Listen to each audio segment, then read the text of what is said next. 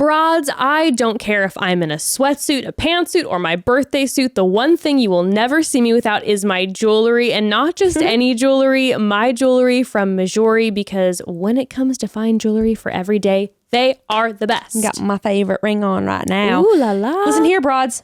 Fine jewelry, minus the markups, handcrafted and ethically sourced, and made with all the best materials like sterling silver, freshwater pearls, and yes, even ethically sourced diamonds. That's Mejuri in a nutshell. The pieces are absolutely incredible, and they drop new collections every single Monday that somehow all still go perfectly together. I've been growing my Mejuri collection for a while now, and they all look like they were meant to be worn together in a happy family on my body, which is exactly how I style them. Love that. Yes. Head to mejuri.com/chatty for 10% off your first order. That's MEJURI.com/chatty for 10% off your first order.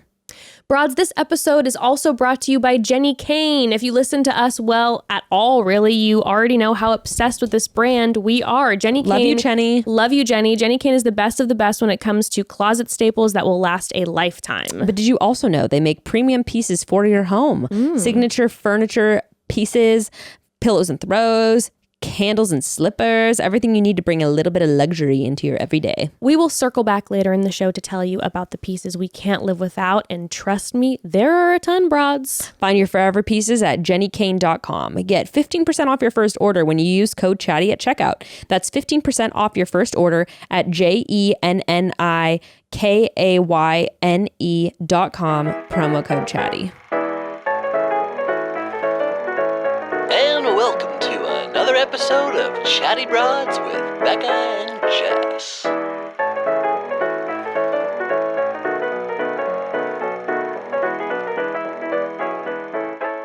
Hey, hey, hey, it's Chatty Broads. Hey, it's Chatty Broads. What if we randomly decided to just change the intro song? How much would that mess with everyone's heads? Dude, when are we getting Evan and Gray?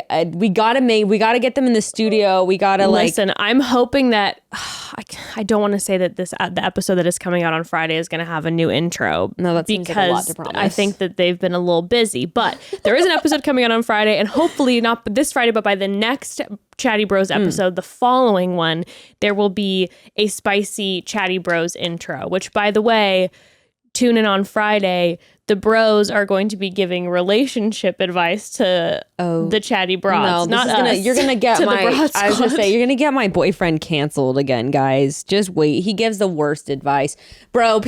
Gray, we've done this before.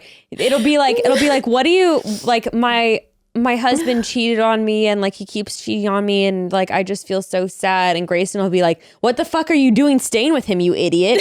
Buck up and have some self-respect and leave." Like, that's the kind of advice that he gives. And I'm just like, oh my God. Oh my God. Maybe we'll have them do intentionally bad advice. I've also realized like Gray's so performative. Like he starts talking in hyperbole and like very much exaggeration when he's on the podcast and with our therapist. We started going to a couples therapist. Did you really? How's it going? We've only been once. It was actually really great the first time. It was awesome. But like he'll even exaggerate sometimes about like him being a piece of shit, where he'll be like he did this the last time of like Becca wants affection, and I'll just tell her like no, don't, I don't want to touch you, like stop, you're bugging me or whatever. Yeah. And like he doesn't do that. You're like, and he did that with the therapist too. He was like, yeah, like he was just like basically talking about like, he's like, yeah, sometimes just like, you know, I'm mad at my kids because I can't, whatever resentment stuff he's talking about. And he was just like basically making himself sound like a shitty dad. And to the therapist, I was just like, just so you know, he's really exaggerating right now. And I don't know why, but like doesn't do this. And he's actually really, really good about all of this. Do you know, started laughing. I wonder if it's a Libra thing, because I find myself doing that in therapy as well. Really? Like, I feel like I over exaggerate what a piece of shit I am in therapy. Like, I'll be telling the therapist what a terrible person I am, and I'm like, I actually think I'm kind of a nice person. Yeah. But I'll just be like, oh my God, the level of drama I bring to the table. I'm so difficult. I'm so whatever. And kind of in the back of my head, I'm like, bitch, you're not that bad. I mean, that kind of makes sense, but I don't know why he does it like performatively, like on the podcast or with other people. It's like very dramatic. I don't know why. We do live for the drama, Me, though. I'm not dramatic at all. No, but I would never be dramatic about me being a bad person. I mean, I don't know. Weird.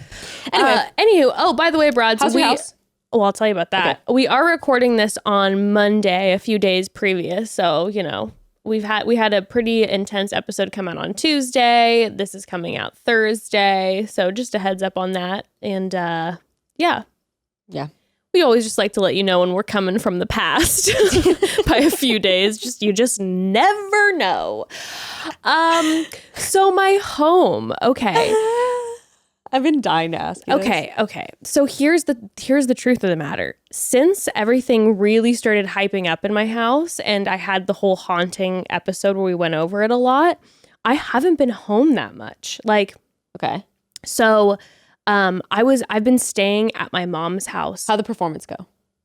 The performance? Oh my God, my mom's performance? Girl. Okay, broads, if you don't know. Anyway. Okay. So I've been we're gonna come back around. I've been doing or I've been staying at my mom's house a lot recently. Just her needing help with some things and whatever. So we've been at her house a lot. And then we went away for her birthday and got a little Airbnb in Palm Springs. Cute. But I've been gone a ton. I haven't been staying in this home a lot. So I've been here a few days here and there. And so many broads sent me like really good practical things for me to do with sage, etc., which we've been doing. And I feel like that might have been helping because it's been kind of quiet. Evan hasn't been noticing anything extreme happening. It feels like it's, you know, kind of come down a little bit. Now, I will say... Did the ghost get drunk or something? Like, like stumbled around? I don't know. Okay. But like I said, I did do some of the things that the broad suggested. Okay. So I think maybe that helped. I will say this though, there was one night, so there'd still be occasionally like I'd hear it seemed like a voice like in the other room, but it didn't freak me out as much. It didn't feel as menacing. Yeah. But I will tell you about something that happened a couple nights ago. Oh God, I'm ready. And it might have scared me the most. Oh my God. But it's one of those things where I'm trying to be a skeptic here. It's one of those things where I'm like, trying to explain it because you don't want to be like you don't want to be the over dramatic one. I don't want to be. I know I'm dramatic. Right, okay, I'm listening to you and fixing my hair in the monitor. Okay, trying to. So basically, what happened was, and by the way, a lot of times the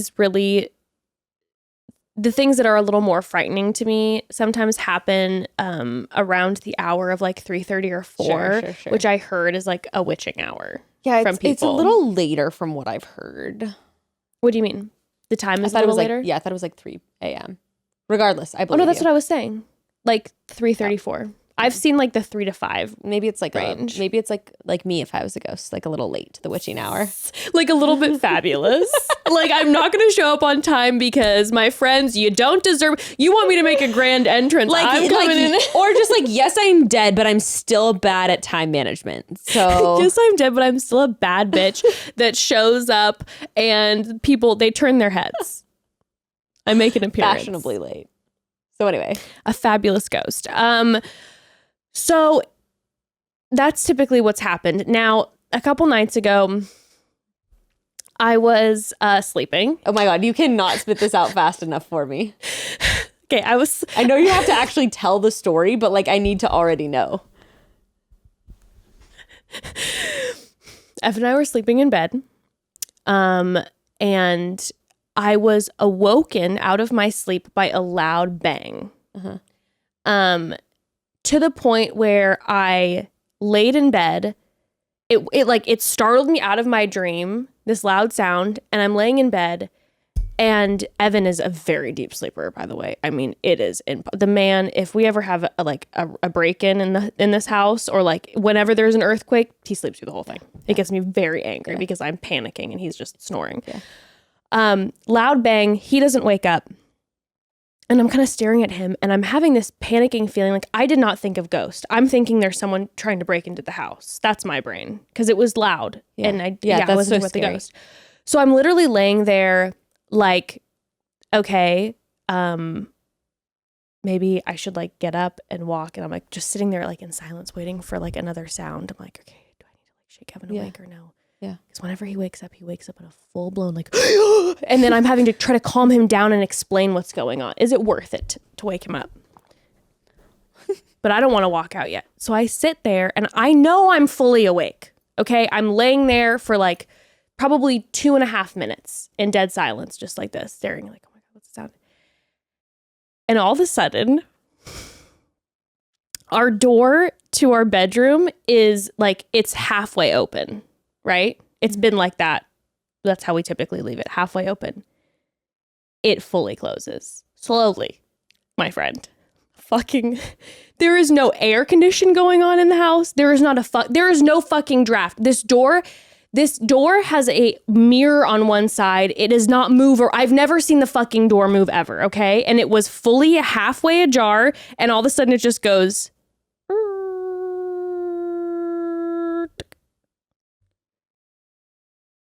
Little ghosty friend's like, well, I'll just see myself out.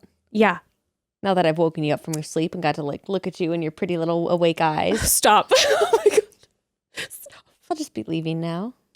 Got your attention, didn't I? Oh my God. I laid there and I like forced myself to fall back asleep. Did you pray? I guess I kind of did. Oh, whenever that shit happens, I'm like, Lord Jesus, I'm so sorry I've strayed from your good graces if I have. I guess I kind of prayed, but I was a little more just like trying to meditate the shit out of everything and just be like, deep breaths. It's fine. And I just kept being like, the ghost is here in peace. It's the spirit here in peace. The ghost isn't trying to hurt you. Like, you're okay. And I was telling myself that. I just say, you know what I say? Maybe try this out. I say, the only thing accepted in this place is love and joy and peace. And if you want to throw in of the Lord, feel free to throw that in as well. Feel free to experiment with that. Do what you will with and it. There is only good things that are welcome in here. And anything else that is not of love and joy and peace may leave. I do like that. I do it's like just that like a it's lot. like kind of like it is a command for whoever's in there, but it's also like kind of a mantra for yourself too. It is. It's a mantra, and it also is like a forcible demand. Yeah. Like get out of my place. Yeah. Well, that's what happened, and that was that was the thing that I was the most freaked out by, because I've never seen my door move before, and that loud bang and the timing of it, and then also I told Evan the next day. I was like, guess what happened? I heard a loud bang, and then I watched the door, and he when I tell you, he physically ran out of the home and he goes, stop talking to me about this, because he's so scared of it. Like broads, I'm trying to get someone into the house to cleanse it. He won't. He is like being so difficult and is like, no, because he is convinced that in all the horror movies, when it starts to ramp up is when you bring in someone into the house, and he's scared that we're going to bring someone in and it's going to make the spirit more intense. So I'm right now been trying to convince him for the past couple weeks to let someone into the house. And he's like, no. I wonder if he would do, basically, I would, the two of you walk through the house and kind of do that little mantra thing. I would say that. He won't. I'm telling you. I'm trying to get him to engage in this, and he is so scared. He is so freaked out that he doesn't want to address it. I get that. He is so scared that if we engage with it at all, that it's going to get worse. Because like he says, he's like, I've seen all the horror movies, okay? Yeah. He goes, it's all pretty mellow until you start engaging with these spirits, and then it starts getting way worse. No, I wouldn't try to address it directly, but I do like just what I shared with you. I like the very indirect, just like anything that is not of this must leave. Yes. I'm not talking to you. I'm not asking why you're here, what your name is. Fuck that noise. Not going there. No. Hey, hell no. Just saying, if you're not of the good vibes, you gotta go. With peace and love. I'm saying it to anyone in this studio with peace and love. If you're not about it, you gotta go. You gotta go. Quit scaring them. You gotta go. Do you know what's been freaking me out is that... Quit scaring them. Quit scaring Amber. We don't want that here. Do you know what's been freaking me out lately? All of a sudden, I'm like, I know. I'm like, don't. You scare me. You know what's freaking me out is people have been sending me clips from the past couple podcast episodes where all of a sudden our audio is weird. Like all of a sudden there's a weird like... And that's never happened before until the past couple weeks. And it happened in the last episode. Remember when we started? Oh, yeah. Right. You mean like, yeah, right. And people have been sending me the timestamps, and I've been going back and listening to it. And it's like all of a sudden... Did people hear anything when we were recording the ghost one and we were like, did you hear that? There was one moment where you were talking about the haunting. Yeah. And you're like, it was almost like your vocals like doubled. like it was like your voice twice, like echo, but just for like a couple seconds. And then it went back to normal again. And I listened to it and I heard it. And I haven't heard that before. Becca is ominously looking out the window, out the shade. Just looking at that weird shadow. It's creeping me out, guys. Remember when we heard a pop? Yes, when we were talking about it. And you couldn't hear it in the audio, by the way. I zoomed into that audio and I turned that fucker up and you couldn't hear it. Dialed that shit up. I dialed that shit up and I could not hear it. Okay, well, stop fucking with them, okay? If you have some peace, you need to work it out. That's between you and God. Also, broads, you need to convince Evan to let me bring someone into this house. I don't know about that. I don't know. Well, you know what he really, like, he made me swear on my life I wouldn't do because I was fully set up to do it, was recording with a white noise machine and recording at the same time and being like, why are you here? No, don't do that. Don't do that. I was set up to do it, and I was sitting cross-legged on the ground in the hallway, and he walked in to go to the bathroom, and he's like, "What are you doing?" He was so mad.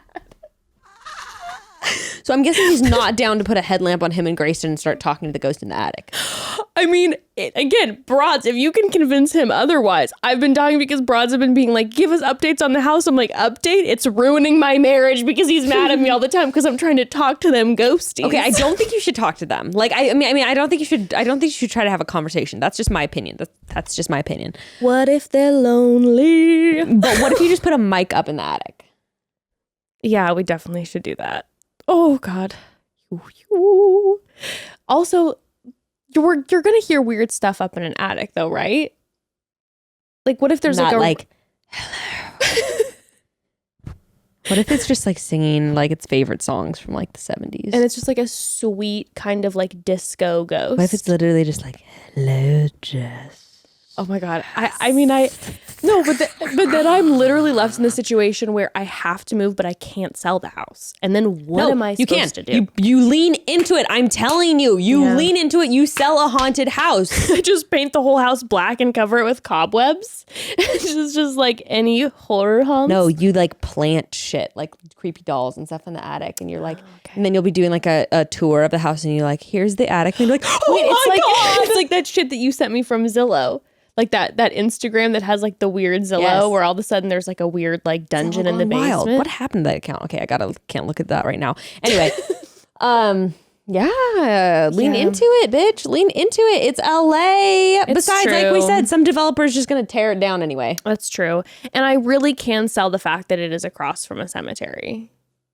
Any spooky broads out there want to buy a house off of me? Not me. Not me, bitch. Looking to move closer to Becca. But okay, so like, what do we want to talk about? Some like reality tea? What do we talk about? There's a few things that we need to talk about. I know today. people want us to really get into some of the celebs, but then now I feel bad because with Jenna being like, why are you going to spread bad things about people? And I'm like, because I want to talk about Taylor Swift. Okay, that's why. I know. I don't think that we can really go into the Taylor Swift one. No, we can't. We can't. Anyway. We can't anyway. For the sake of the people that we know who are involved. I know a lot of people want me to talk about the Hailey Bieber thing, and now I feel really bad too. But the thing is, these people are like larger than life, though. Well, I guess that's not a good justification. But I'm gonna be real with you. So the Hailey Bieber stuff, I was about to, talk about that a little bit, and I was teasing. Okay, so broads, if you haven't heard, I was teasing the fact that like I'm always very confused as to why like everyone is like such a huge Hailey stan because of things that I had heard. And now recently in the news, there were people who were posting like who are part different like waitresses and whatever posting about how they've had really like unfortunate poor experiences with her. And so then the broads are like, oh my God, you kind of tease this whatever. But this is the fact. This is some truth tea, broads. Tell me. I found out that at one point there was a kind of smaller, I shouldn't say smaller, but like not this gigantic YouTube page that he's a plastic surgeon. Mm-hmm. And he basically was like, what he does is he takes photos of celebrities and shows you, hey, just so you know, this isn't all natural. So like, don't be in your head about this. Like, I know you see these perfect figures and they, and they deny having gotten work done or they won't address it. And I, as a well-known plastic surgeon, am going to show you that, you know, that's not the case. I'm going to show you what they had done and whatever. I think it's great. I know it's been helpful for me, especially when we first moved to Los Angeles, when I first started working with celebrities and like wardrobe stuff. I was so in my head. Like, holy shit, they're perfect. No, I literally, like, I was so in my head and I was so self-conscious about, like, specifically about facial structure and no wrinkles and all that. And everyone would deny getting anything done. And I was like, how do they do it? And even the ones who, by the way, don't get, like, any injections, they can pay to have like facials done every other day and take care of their skin, and it costs a lot of money. And like, they have transplant freaking baby skin onto their face or whatever the hell they do. Whatever those rumors are. Oh God. But what happened was baby apparently like this cells. People do like the cell. I don't know what's it called. Stem cells.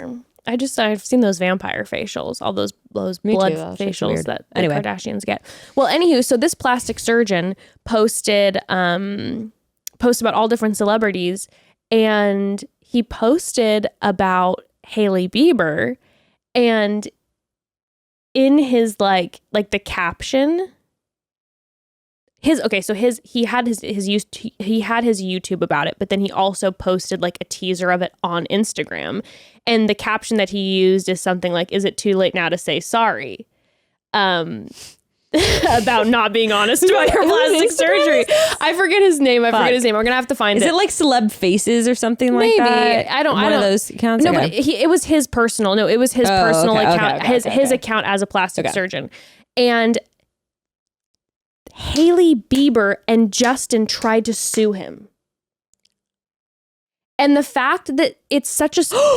Okay, wait, that brings me to something else we need to talk about, but keep going, but say that. But it's such a... This guy, he doesn't have that big of an account. And so they tried to sue him for defamation about like that he said that she got surgery and she didn't. And then Justin was like, "You used my lyrics that are trademarked."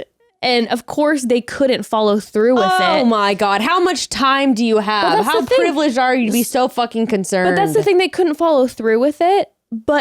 And so the guy was like, "Yeah, they didn't sue me, but they threatened it." And I'm scared. I don't want to get sued by Justin Bieber and Hailey Bieber. For real, if they're going to come after this random plastic surgeon, straight up. Exactly. That's what I'm saying. So now I'm too scared. I'm sorry. The Biebers sue. And, you know, fuck that shit. Okay, Lord. So sorry, broads. I didn't mean to tease about it, but like, I'm not willing to risk that lawsuit. Who wants to be in a lawsuit with the Biebers? That's a powerful couple. Me, that's hot. It is kind of iconic, right?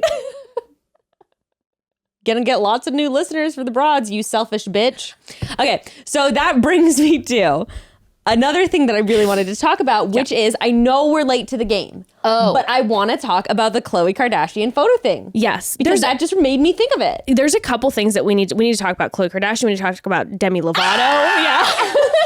We're going to cover a lot of that stuff. Okay, go ahead. Talk Khloe first. Okay, basically, if you haven't heard what happened. All right. Khloe, her grandmother. Yes, what is her Mary Jo. Mary Jo. It's so embarrassing that I know that so off the top of my head. No, I literally spaced for a second, but I knew it. You knew it. It was there. MJ. Yeah. Sweet MJ. Mary Jo. She posted a photo of Khloe at the pool, and Khloe's just standing there smiling like in the photo. Long story short, Khloe and the fam did everything possible to scrub this photo from the internet. Because it wasn't posted by... It didn't have the approval of Khloe. Now, guys, you can Google this photo. Even though the Kardashians did a great job of scrubbing it, I will say it's not easy to find. It wasn't easy to find for a second. Immediately looked it up and then it like popped up. One of the when first I first looked, I think I saw it quick after it had gotten scrubbed and I could not find it. Okay. It was struggle city for me. Y'all, she looks fantastic in the photo. Yeah. Like, she's making a cute face. her like there is nothing She's shredded. There is nothing I could find wrong with the photo. No. And they went to such great lengths.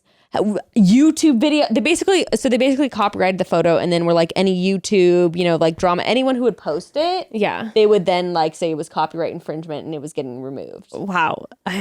These are some big celebs coming after some like, random. The money that was put into like scrubbing this photo from the internet.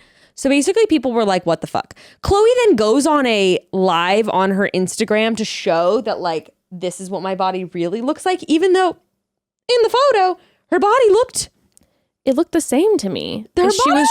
She was just like, she's shredded. I really don't know what was wrong with the picture. I don't get it either. Like I really was trying to figure out. I mean, like the only thing that she was showing off her body in it. Yeah. In like when she was doing back on Instagram and like trying to prove that it was like that this is what her body looks like. And again, it looked the same to me. She looks incredible. Yeah. It looks like she, yeah. But the only thing I guess I could see a little difference was like maybe there wasn't like, normally they have a ton of makeup on or they have like a filter on their face to like, but she looked adorable. I mean, these are beautiful people. Like, I don't know. I don't know. Okay. Now I want to find the thing. I want to find the thing that she then posted. Because then she so she posts this whole live like showing like this is what my body actually looks like. She looked fucking fine in the photo. So then she posts this on her Instagram. The photo that was posted this week is beautiful. But as someone who has struggled with body image her whole life, when someone takes a photo of you that isn't flattering in bad lighting or doesn't capture your body the way it is after working so hard to get it to this point and then shares it to the world, you should have every right to ask for it not to be shared, regardless of who you are. I am not perfect, but I promise you I try every day to live my life as honestly as possible with empathy and kindness. Doesn't mean I haven't made mistakes, so I'm not going to lie. It's almost unbearable trying to live up to the impossible standards the public has set for me. Okay, I get that. And she said a bunch of other shit. I get that, but your family is one of the biggest families that propagates and upholds those unrealistic beauty standards for everyone. What the fuck are you talking about? Yeah, no, I hear you. And I was like, you gotta have, this needs to be a very long conversation with your family.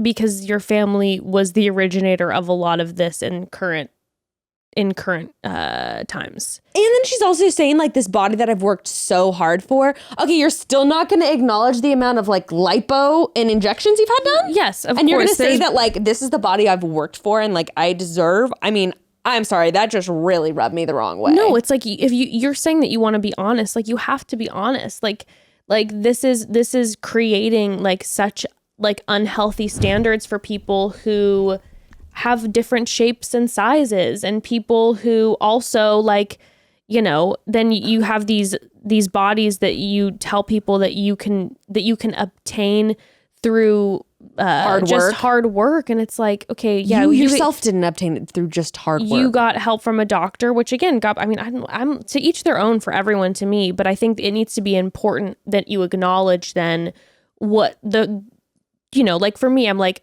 these lips are not my lips. I was born with thin lips. I'm not going to pretend and say like, yeah, this is just how my face has aged naturally. Like I don't have a smidge of Botox. I have no lip injections. It's like, no, I can't like, I mean, the bottom line. Yeah. I mean, and then also not to mention she's saying like, when someone posts a photo of you, like an unflattering, whatever, I'm like, oh my God, you looked so like you were so up to conventional beauty standards with that photo. I don't even know. What the fuck are you communicating to like anyone else with a different body? I know. What? I know personally for myself when she scrubbed that photo and was then trying to be like, this is my body. Like it like kind of threw me into like an unhealthy loop for a couple days where I was like looking at myself in the mirror and I was like tripping out. I'm like, if that's, yes, I know.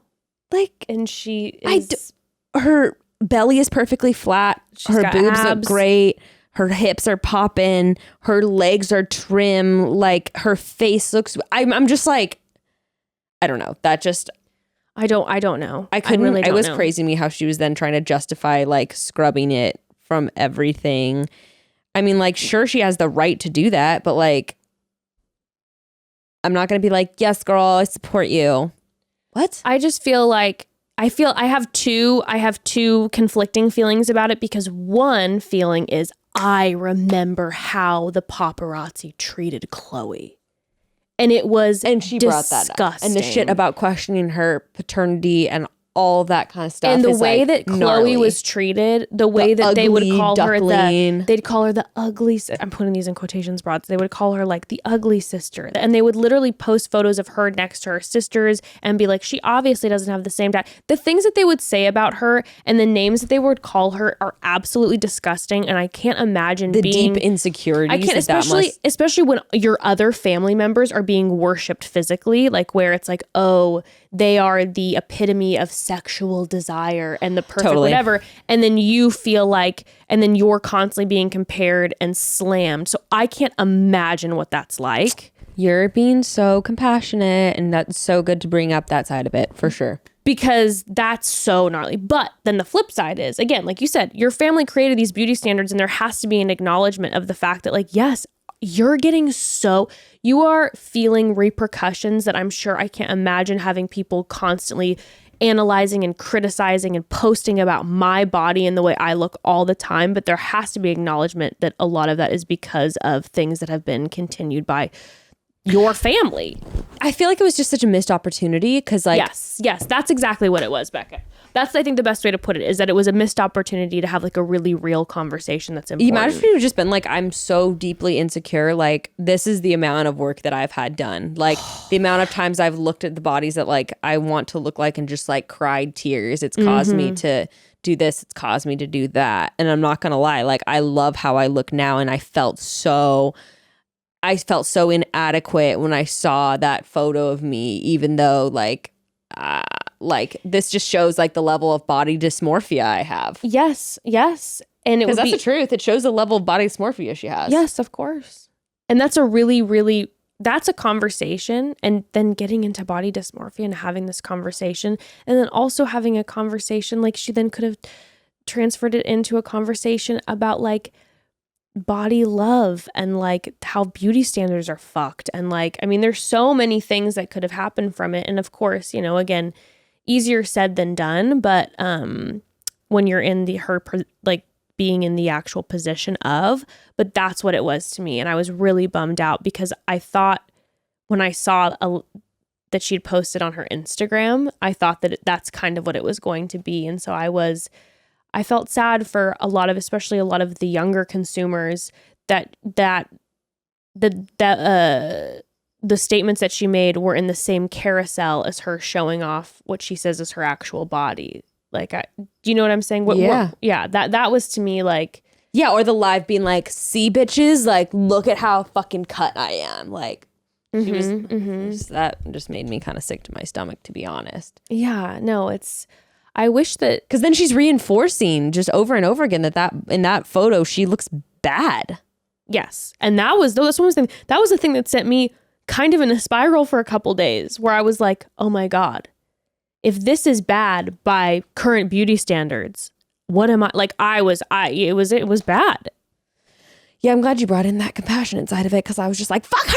No, like that's how I felt right away. But then I literally was flooded by remembering specifically seeing headlines.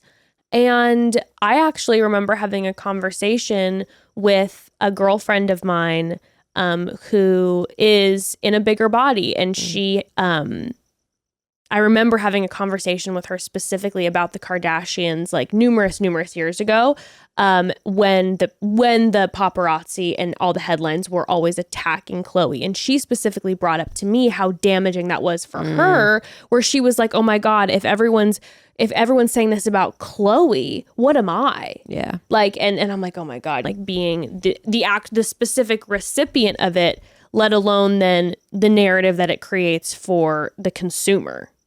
For real. Ugh. For big real. Ugh. For real. Big ugh. Big for sure. ugh. Okay, Broad, let's take a quick pause. And as promised, we're back to give you all the details about one of our favorite brands for clothes, shoes, home decor, pretty much everything now that I think about it. Jenny Kane is my number one go-to when I'm looking for handcrafted pieces that are classic enough to be timeless but stylish enough to be on trend. Trust me, that's a hard balance to get right. It really is, but somehow Jenny Kane just nails it every single time. We've talked a lot about their clothing, which is absolute perfection, but you guys, do not sleep on their home decor and furniture. Jenny Kane makes the perfect items for every room in your home that add just the perfect amount of elevation. Whether that's one of their candles on your bedside table or a cashmere throw across your favorite armchair, the pieces from Jenny Kane add these perfect little touches that make a huge difference in a space. As with everything from Jenny Kane, the choice of materials is next level, from cashmere and alpaca blankets to hand-woven storage baskets and reclaimed wood. They just use the most thoughtful materials that can bring warmth to any space. You all already know I'm obsessed with Jenny Kane slippers. I will, in fact, be putting them on the second I go back into my home. I can guarantee that. Find your forever pieces at jennykane.com. Get 15% off your first order when you use code CHATTY at checkout. That's 15% off your first order at JENNIKAYNE.com. Promo code CHATTY. So it's Jenny Kane, spelled pretty weird. Jenny with an I, KAYNE. Okay, broads.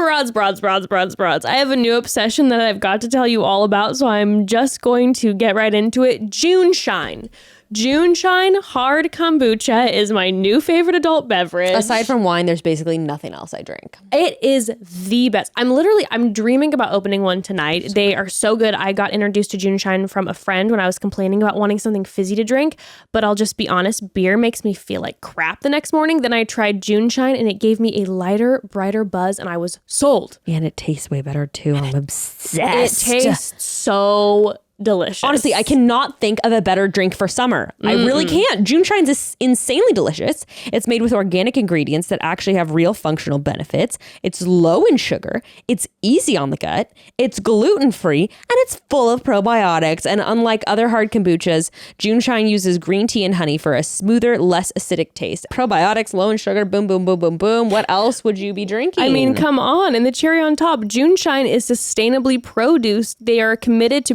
becoming 100% carbon neutral, donating 1% of all sales to environmental nonprofits. What? Their brewery is powered by 100% renewable solar. They plant trees for all those used to make their boxes. I mean, yes, honestly, they're pretty much the perfect company with the perfect drink. I don't know what else to say. Problematic. We love to see it. I've got a delivery on the way, and thank God, because I'm almost out. I seriously cannot wait for those summer nights spent drinking June Shine with my friends. It's a match made in heaven. We've worked out an exclusive deal for you all, broads. Receive 20% off plus free shipping site-wide. I recommend trying one of their best-selling variety packs. It's a great way to try all the delicious flavors. You're going to love every single one of them. Go to juneshine.com/chatty or use code chatty at checkout to claim this deal. That's JUNESHINE.com/chatty. June Shine can also be found in over 10,000 stores across the country, including Whole Foods, Safeway, Kroger, and Publix. All right, broads. We're back. Listen, this episode, it has legs. It's wild. It's moving. We started this episode a couple days ago. We had to stop recording because I had to go get Ember, and now we are back in separate locations. Yeah, honestly, if you're listening to audio, you probably wouldn't have any idea. But for those watching the YouTube, like now I'm suddenly in my house and Jess is alone and we're in different outfits. So I understand how that could be confusing, and that's the situation. And also the potentially confusing part for the audio listeners is that we started this episode out by saying like, hey, just FYI, we are recording this on Monday, so things could happen. But now we're recording this Wednesday afternoon. So I just want to say that I appreciate the dynamic nature of this. We were in the past and now we're current, and we know certain things, and there's movement, and it's just, this episode is just like life. You know what I mean? Yeah. It's just non-linear. Non-linear. You know, time is an illusion, broad. So this actually reflects the nature of our existence much more than normal. I like to think about this episode as a black hole. You know, we're just getting spaghetti-fied or whatever. I like to think of the podcast as a black hole. Just I in like to general. think of Bachelor Nation as a black hole. Now that is probably the most accurate. Yeah. I do like that we are recording the second half of this on Wednesday because there is tea that has happened. There is new tea. So how do we want to hit this? How do we want to continue? Do you want to talk about current tea that has happened since we started recording this episode on Monday, or should we talk about Demi Lovato? Dude, honestly, okay, fine. Let's start with Demi Lovato. Like, the whole thing just pisses me off anyway, but let's get into it. Let's just talk about it. Let's do it. Let's talk about it. For people who don't know, let's start there. If you don't know, Demi Lovato, songstress, she recently put out a documentary, I believe. I don't think it was a docuseries. I think it was a documentary. And I haven't watched it. I've seen clips of it though that were very good. And she really opened up about her eating disorder. And from the clips that I saw, it was just like there were a lot of really powerful moments in there. I think it's really awesome that she, who has this huge platform, has been using her platform to discuss disordered eating, body image, all of these things. I think it's really awesome, especially for her younger consumers, her younger audience. Yes. Now, what I wasn't a fan of, what ended up happening in recent days, is that Demi Lovato took to her Instagram and started posting. So apparently she went to her favorite... I can't even believe that. Like, I can't even believe it. Okay, continue. She went on her Instagram and started posting. She went to... On her stories, she went to go get froyo somewhere, and apparently... I'll quote it. Yeah, I'll quote beautiful, it. This is what she beautiful. posted on her Instagram story. Yes. I've been pulling it up here. Blessings. Finding it extremely hard to order froyo from @TheBigChillOfficial when you have to walk past tons of sugar-free cookies and other diet foods before you get to the counter, she wrote, accusing the store of harmful messaging and using the hashtag #DietCultureVultures. The Big Chill defended themselves on Instagram, saying, "We carry items for diabetes, celiac disease, vegan, and of course have many indulgent items as well." And then she posted DMs between her and the Big Chill. And then she argues in the DMs that the food are from a brand called Eat Me Guilt Free, which suggests that there's something shameful about eating a sugary treat. And she said in LA, it's really hard to distinguish diet culture versus health needs. It's true. Totally true. Very true. Very, very true.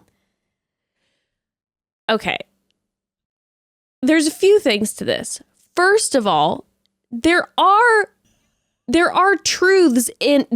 pieces of truth in what's being talked about. Like, I fully believe, like, that what she said, it's hard to distinguish like diet culture from like healthy lifestyle. Sure. 1000%.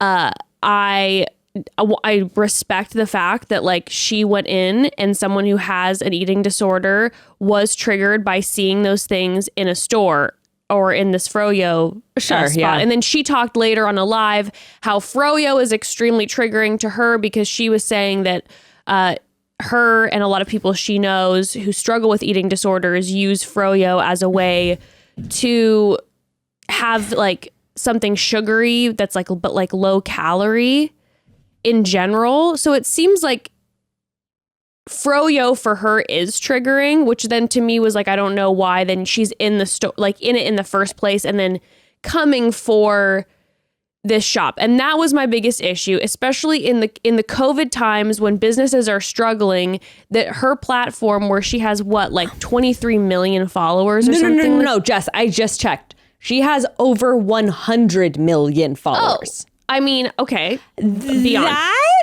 That is just like me. I have 700 and something thousand followers. You have like 50,000 followers.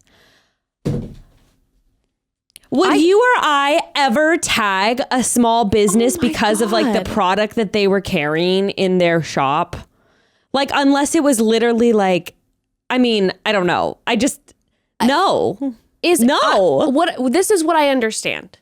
I understand Demi going on her Instagram and having an impassioned conversation about froyo in general or talking about like the idea of having diet foods everywhere, and what she mentioned in the later post about distinguishing between diet culture and healthy lifestyle. I think that's a really great conversation to have. I think it's a really fucking important and necessary conversation to have. And if she wants to talk about certain, using froyo as a specific example, but when you're tagging and specifically naming and going after a small business, and then again, when they messaged and said like, hey, not to sound like a bitch, but like, it's not just about you. Like, we have people who are diabetic or have celiac. Like, there's other people. Like, I know my sweet Nana, who's diabetic, she goes and she gets her froyo and she gets like her sugar-free, like special froyo that she can eat that she couldn't eat otherwise because she's diabetic.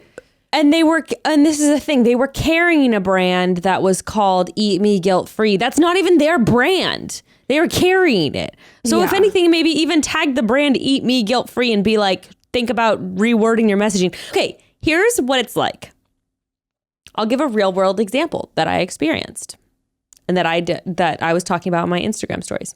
Okay. Perfect example.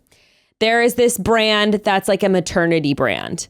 And one day that I followed, and when I was pregnant, they had a live and I clicked on their live, and it was with an OB, and the OB was saying just flat out like wrong things, harmful things about birth that are just like false, like not evidence-based. So I was pissed about it. So I talked about it on my stories. Did I tag the maternity brand? No. Did I tag the OB? No, because the issue isn't about the individuals. It's about the problem as a whole. And what good does that do to attack this like brand? Yeah. What? That doesn't do any good. If you want to have a conversation about it, literally all she had to do is be like, she didn't have to tag the brand. She could have said the exact same thing, like finding it hard to get froyo when I'm being bombarded by diet culture messages. Or even like just sending, say that. Or just even don't tag them. Yeah, exactly. Or that. And then if you feel really specifically impassioned about, that specific company, I totally understand her sending a message privately to them and being like, hey, but I kept thinking about, like for me personally, right? Like we've talked about on the podcast before, like I had disordered eating for numerous years. I actually literally just got memories on my phone that popped up of old photos that I had taken, and it was like a little jarring to me.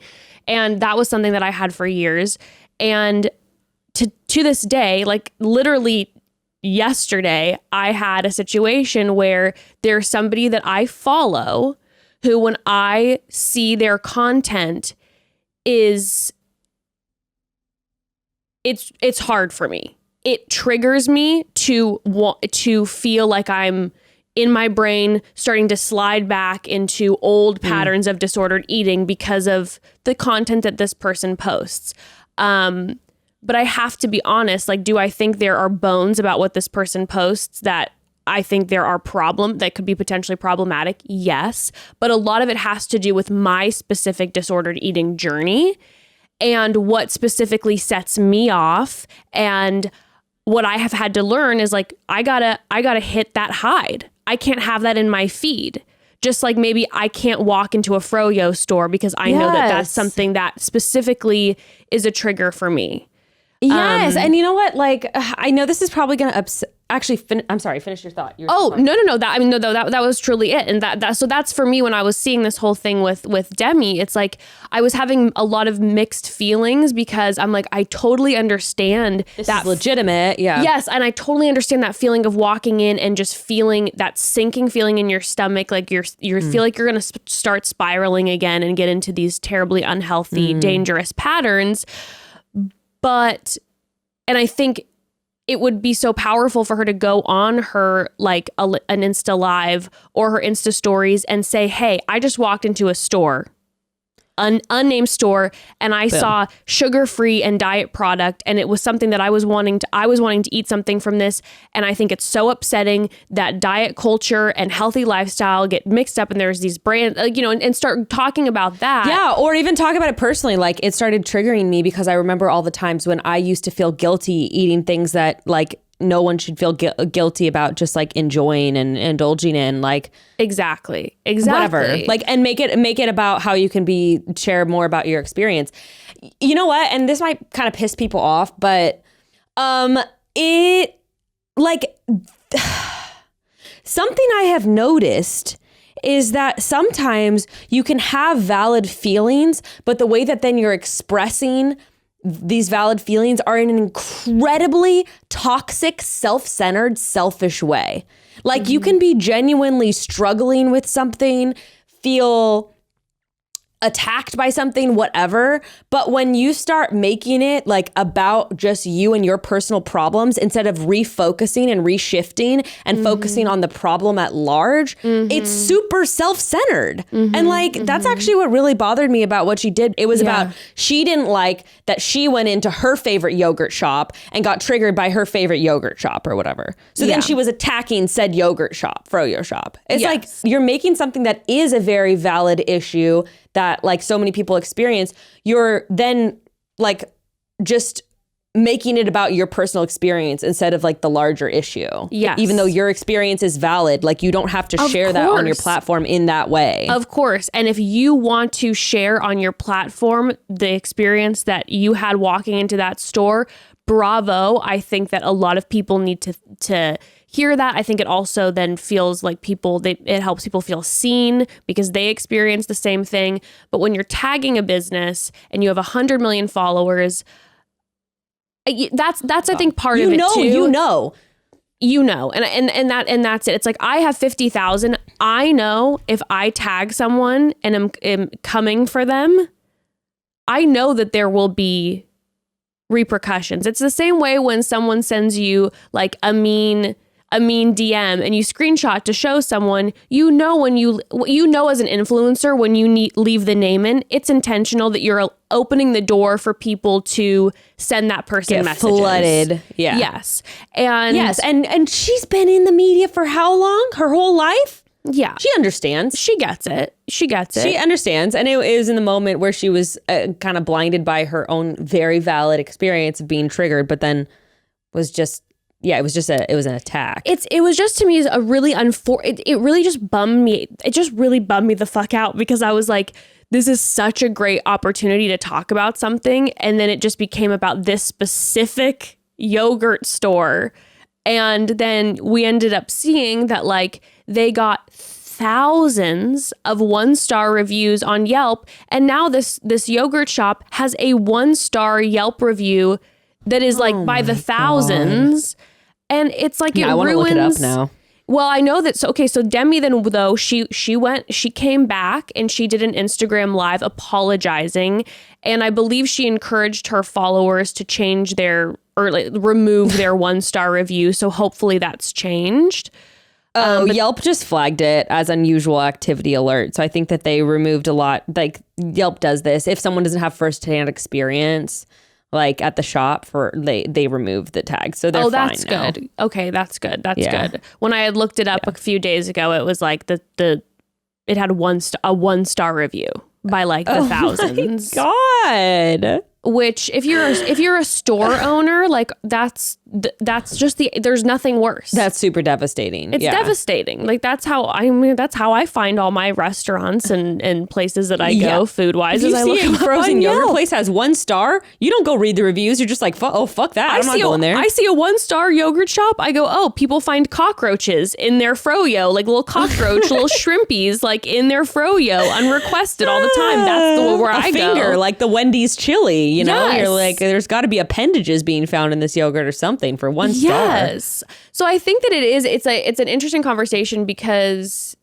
it for numerous reasons, but it is an interesting conversation too about when you do have a lot of influence as someone with a large platform, the responsibility that does hold when it comes to And I'm not saying it's necessarily fair, but the responsibility that you do hold when it comes to then maybe going off on something that you know that your fans and followers will feel impassioned and hurt for you. And then it's interesting.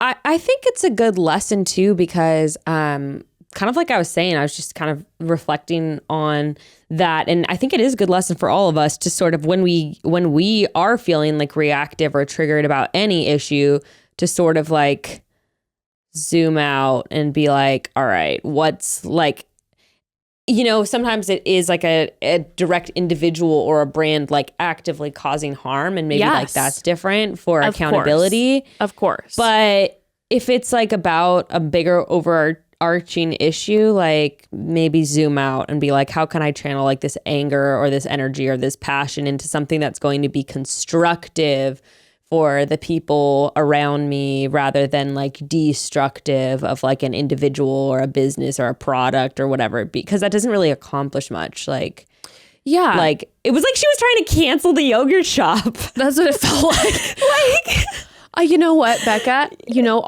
All I could think about truly was, I just pictured the poor person who is either the owner who runs the social media or like the social media manager, all of a sudden getting like dinged. Like normally it's a yogurt shop. How often are you getting notifications? You get like one or two. All of a sudden the phone just exploding and being like, what the heck just happened? And opening it up and being like, Demi Lovato is tearing into our yogurt store?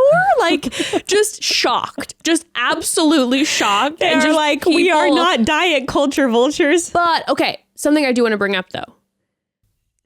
So, she then comes on, she has her apology. She says, hey, listen. And she didn't save. I tried to find it, but... Oh, she didn't? Yeah. That's unfortunate. I thought she did. But I watched her whole live. And... it really harkens back to what you were just saying, where when you do take a beat too, maybe when you're feeling upset and triggered or angry or whatever, that then, she put these Insta stories out there, and then she didn't realize until all of a sudden she was getting all these messages from other people that, hey, sugar-free is for diabetic folk as well. Like, it's not just, there are other reasons. And I completely agree with the diet culture piece and the horror that is. Trust and believe. But there are also other purposes to have things like sugar-free things. It's not just always about diet culture. And I think what needs to, obviously, like you said, it's talking about the bigger picture. Like, we need to have the conversation about how damaging diet culture is. Yeah. And how that has literally infiltrated every diet culture, fat phobia. All this has literally infiltrated every just fiber of our culture and our system, and that needs to be changed. So, so Demi, she does the apology, realizes pieces about the sugar-free thing. She was basically saying that she realizes that. When she tagged this store, that then everyone was coming after them, and she apologizes for that. But she was just talking about how she was super, super passionate about this, obviously because of her specific journey and what, again, triggers her and her disordered eating. And, her saying like, I'm not going to not talk about that. Like, I need to talk about that. And I think it's good that she does talk about it. But she was saying in particular that, she does apologize for getting them involved and tagging them, and like encouraged people to remove the 1 star. There was something, oh my goodness, now it's going to bug me. There was something that I wanted to say that was brought up. Oh my, it was important. But now I can't remember it. But anywho,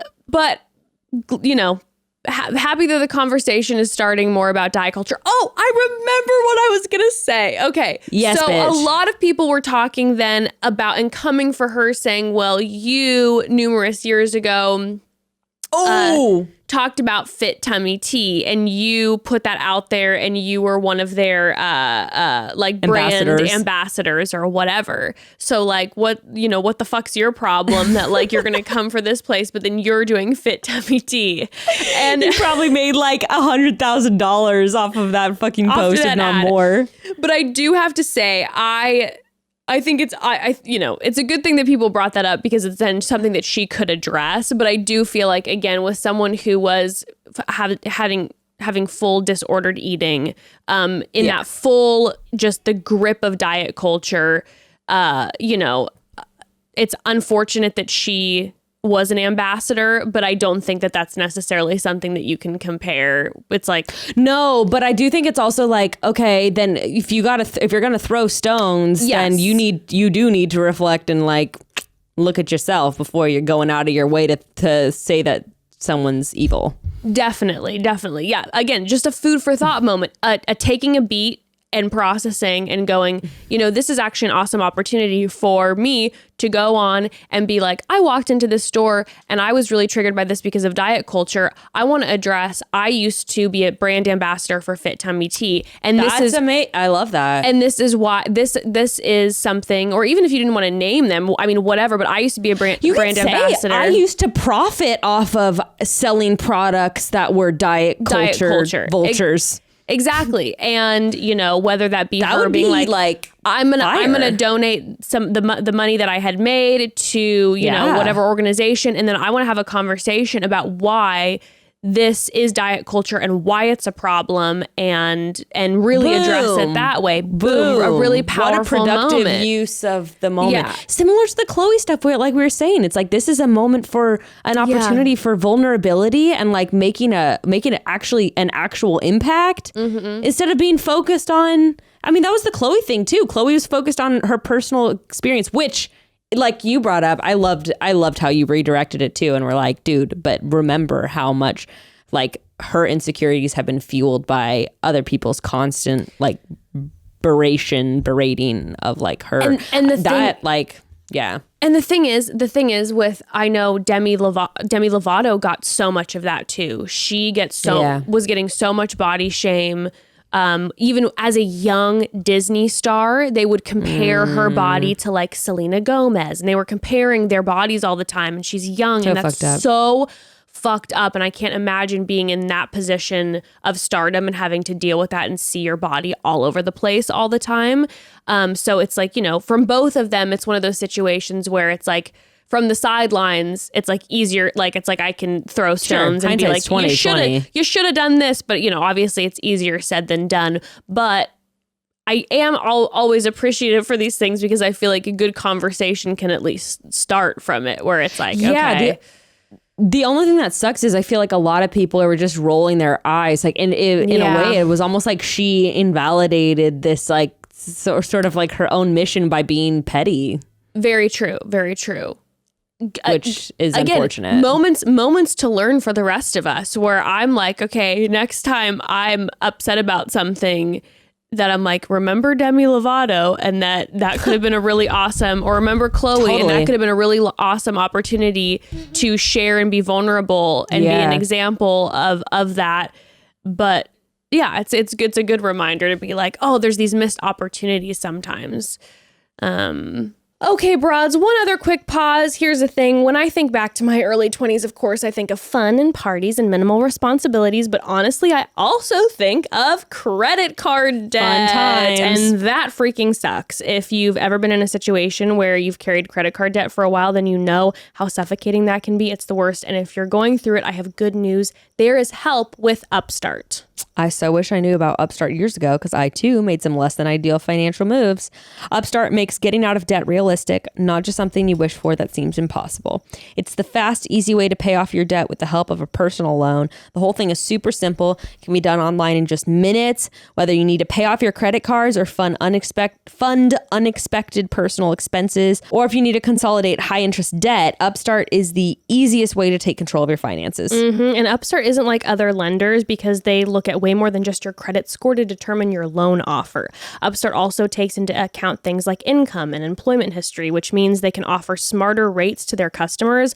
All it takes is a 5-minute online rate check, and you can see upfront offers for loans between $1,000 and $50,000. Wowie. Yes. Find out how Upstart can lower your monthly payments today when you go to upstart.com/chatty. That's upstart.com/chatty. Don't forget, use our URL to let them know that we sent you. And loan amounts will be determined based on your credit, income, and certain other information provided in your loan application. So go to upstart.com/chatty.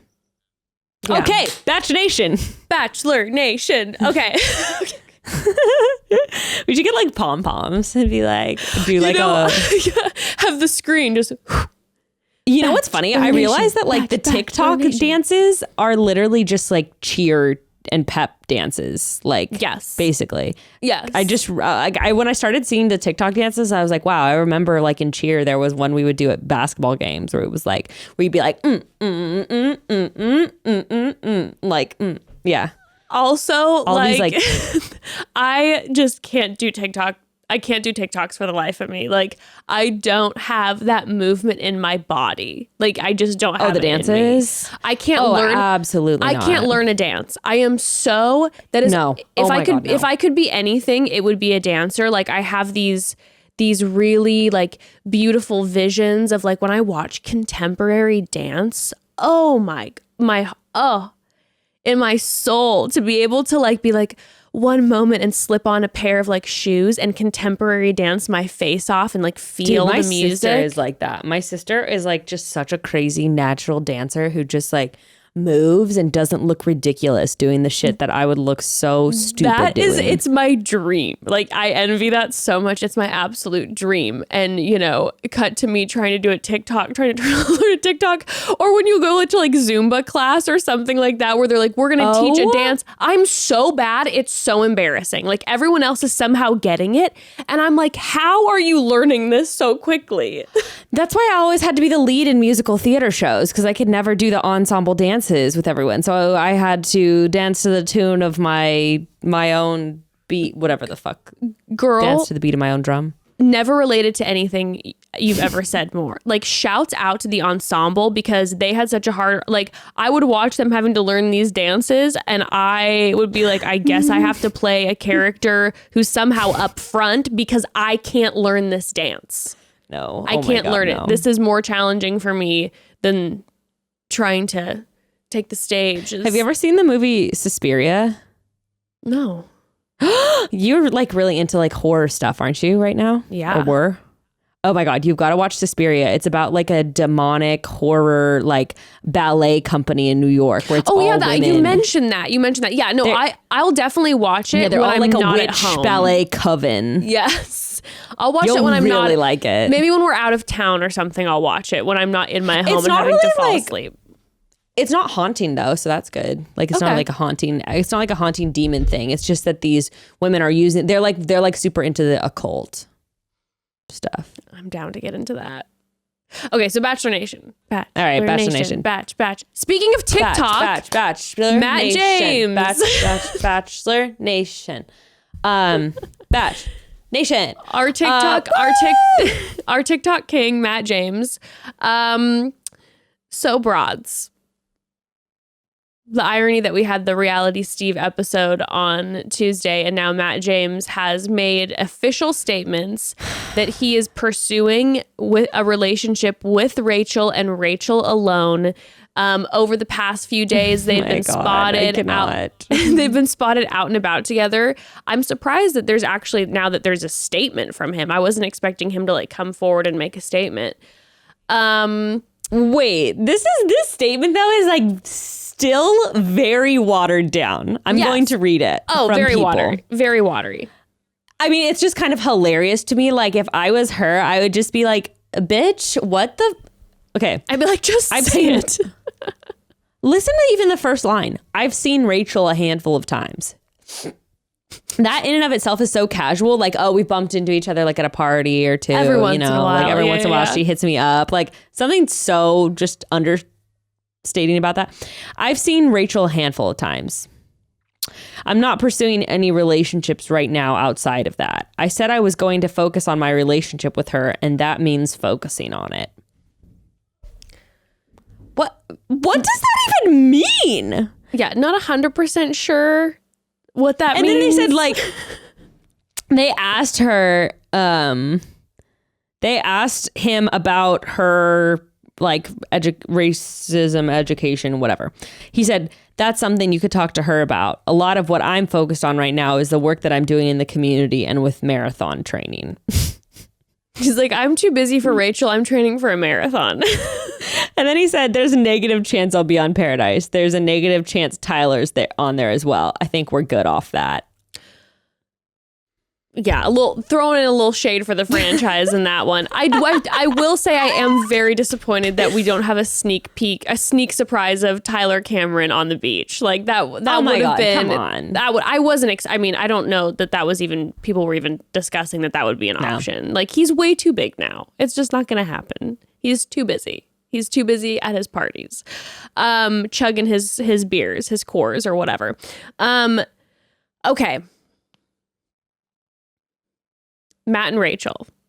I'm going to say I really have two thoughts.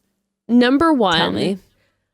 The way I now feel about Matt and Rachael is kind of the way I feel about Claire and Dale, who are apparently back together again, and she's wearing her ring. I felt the same way I feel about Pete, the same way I felt about like Pete and whoever he was dating. Pete and whoever at the time. I'm good now. Like, I'm just kind of like, you know what? You know how you're good off the franchise? I'm good off you too. Yeah. I'm good off you, Matt. I have a feeling that this is going to be very similar to a Claire Dale situation, very on and off, very he said, she said. I'm exhausted already. Cryptic messaging, spotting them, not spotting them, I mean, all that. I'm already tired, and I feel like it's going to be like that. So God bless. I hope that Rachael is really continuing her education and is pursuing that. I hope that Matt is enjoying his marathon running. I hope that they are happy whether they are together or apart. And I say the same thing to Dale and Claire. I hope that both of you are happy. Go forth and multiply. Yes, or don't if that makes you happier. Yeah, please don't. But like, I'm just not, at this point, it's just like, all right, we're good. Like, we're not going to see you guys on our screen unless this means I'm assuming that Rachael then will not be filming in Paradise unless, of course, there's all of a sudden a last minute change and they break up. That then I will get invested again if all of a sudden she's going to be on the beach in Paradise. But as far as that goes, other than that, I'm fine. I'm fine now. I don't give a shit about if you guys are dating or not. Honestly, it's also like, it makes you wonder about like the Matt and Grace stuff, because like either we were right and there was nothing, or we were wrong and that was something. And regardless, I'm just like, now I'm sort of just like, not because I'm anti-Matt or anything, but I'm just like, Rachael, girl. Yeah. Girl. Stop. I don't even mean that like I'm hating on her, actually, at all. I actually just get the vibe where it's that friend where you're like, honey, like it's not gonna work between you two. Yeah, unless the Grace stuff was full bullshit. Yeah. Again, we're talking about... But even so, no. I'm talking about the way he's just even talking about his relationship with her in the People article. That's where I'm like, honey, this says a lot about like how he feels about you, again, how committed he really is. But again, what I do want to then bring in too is the idea then maybe there's the hesitation to talk about anything really intensely publicly because of everything that comes with Rachael and the way that everything ended and and also how he felt when everything wrapped and the trauma that he had felt and the anger that he had felt and sadness with her past actions and involvements, that like maybe there's this piece that he's scared that people are gonna give him shit And so it's I'm sure he is. And honestly, I'm genuinely right now not shading either one of them. I'm like, just Matt, I think you need to spend some time on your own, buddy. Work on yourself. Rachael, I don't think he's as into you as you're into him. No shade to either of them. That's just the way I see it. That's the way I've been seeing this shit play out. And I'm like, guys, you got to just give it a rest. You're going to be better off apart. You're going to find someone else who's going to be wonderful for you. This ain't it. They're not going to end up getting engaged or married. It's going to be, like you said, up and down. People are going to get hurt. One or both of them. It started off on shaky ground, and I just don't see it getting any more firm. Let's just say that. I would agree. And then my other thought was, obviously, this whole with the whole conversation that we initially had involving Reality Steve's reporting of the Matt and Rachael situation, them seeing each other now doesn't change any of my thoughts in our conversation initially about the Reality Steve reporting, because I still would stand, regardless of if they ended up getting married tomorrow, if everything came out that everything came out, let's just say Matt was even hooking up with all of this stuff, I still stand by the fact that it's like Matt was a single man. He is apparently now, maybe he's not, but he was a single guy. He was having different conversations. Was he maybe doing some like shisty behavior that was like, maybe. But the level of reporting, the level of like exposure, having Grace on the live, all that's going to be a no for me. And I'm going to stand by that's a no for me. Yeah, I'm with you.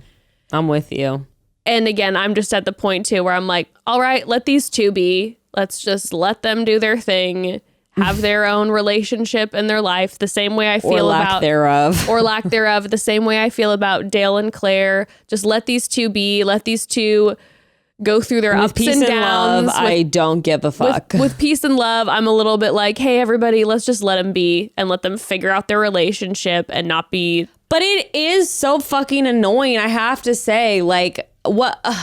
I hate with these like little clues, and you see them, they're both in the same place. With Claire, you see her on her story with flashing the engagement ring. I'm just like, oh my God, quit dragging everyone on. Are you together or aren't you? I feel that way both about Matt and Rachael and Claire and Dale. I'm like, just come on, you guys aren't that important. Yes, I know you have millions of followers, but you're not that important. The difference though, I think Matt and Rachael genuinely are trying to keep things under wraps as they process. And I think Dale and Claire know how the Instagram works. They know how those reels hit, and they know that when they tease that shit along, like we've seen that Dale knows how to Instagram. Like Dale knows what he's doing, and I feel like they're just taking. Look at his gram. You know, they know what's going on. They know that when they do those little ring teases, and like she takes a photo of his feet, and he takes a photo of her food, and like they drop the breadcrumbs that they're like giving the people a little bit of like a ooh, and like there's gonna have a headline. I don't feel that way from Matt, and I don't feel that way from Matt and Rachael. I feel like they're genuinely probably trying to like stay low key. Maybe she might want to come out and be like, we're together. But it seems like, at least on his end, that he's not wanting to, that he no longer is wanting to be part of Bachelor Nation. I think that's what we're getting. I think that's what we're getting loud and clear from him. I think he didn't like probably the being on the show. I think he didn't like how when the show was airing. I think he's probably not liking the headlines about him post the show. And I think he's just wanting to get into the TikTok houses now and just live his life in peace in like the hype house. And maybe he'll be dating Rachael there. Which, by the way, Matt did post the other day that he was outside of the hype house leading a Bible study. So Matt is bringing Jesus to the TikTok boys. I hate that so much. This doesn't come from any like Christian hate at all. I just hate that sentence. Like Matt James was outside of the hype house, like leading a Bible study. Like I'm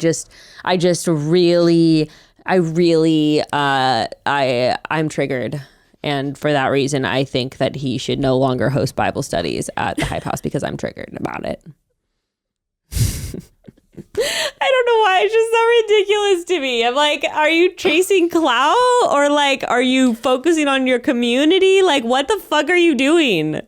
I don't know. Matt is an interesting character to me. Matt James is hanging out with like TikTok crew, but then he's also hanging out with some of these UFC fighters. And then he's also hanging out with like, it looks like the 5 Sauce guys, the 5 Seconds of Summer guys and their girlfriends who aren't in the TikTok crew. Like he's just going all over the place. So then he's visiting the skate parks. Matt James is he's traveling the LA. He's hitting the LA pavement. Yeah. Interesting. But anywho. I am just doing some quick Googling. Interesting. Okay. Anyway. But I mean those are my thoughts on that. Honestly, I was like getting the 5 said, Seconds of Summer confused with the Click 5 for a second. Click Same, 5, but different. Definitely not. Shout out to the 5 Sauce guys. They are really, really awesome people. Isn't the Click 5 like? Aren't they both like pop punk? Yeah, I think the difference is the Click 5. Oh gosh, what if there's like Click 5 stans who listen to this? I think they were like a lot smaller and like short-lived, and 5 Sauce like is quite a bit bigger and has remained. Why are you saying 5 Sauce? Because that's what everyone calls them. 5 Seconds of Summer. They go by FSOS, 5 Sauce. Oh, listen, I'm hip. I'm with the kids. triggered. I'm with the kids. Is it the Click 5? I'm getting confused with something. There's a lot of bands with the name 5. I don't know. Anyway. I like 5 Sauce music. Shout out to their recent album. They are still together? Yes. Yeah, they had a huge song last year. Like a huge song. Really? Yeah. Their most recent album kind of has some like major 90s inspo. I ride hard in my car to some of those tracks. This just takes me back to like my junior high days when I would like listen to what were some of the, I don't actually remember any of these songs. Did you ever listen to Plus One? Listen to what? Plus One. What does this say? Yeah, I'm sure I did. Plus One was the Christian NSYNC. They came around a few years after the boy bands were starting to pop off. That was a little before my time. Okay. I didn't really listen to so I was like 9 when they disbanded. So okay, I as a Christian girl who was not allowed via my parents to listen to Backstreet Boys and NSYNC when Plus One hit the charts, and I was listening in like the CD Sunshine Christian Bookstore, shout out, and I was listening, and I heard that "You Are My Soul Tattoo." Oh, that's so sick. That was the shit. Yeah, I was a little too young for that stuff because like I feel like if I was just like a couple years older, it might be different. But I was more into it when I was in junior high, which was in junior high. I was like, that was like 2006, 2007. So then I was really into what I would listen to at the Christian CD bookstore. Shout out Berean. No, was it Berean? Don't remember what it was called. Anyway, I'd listen to Reliant K, Sanctus Real, which I still love. Those are actually good bands. Both of those bands are good. Oh, some of those old Christian bands like still objectively they fucking slap. good. Yeah. Trying to remember what was the one Hawk Nelson. I remember going to a Hawk Nelson concert. Anyway, okay. What do we want to talk about before? What other things we want to talk about? I do have to.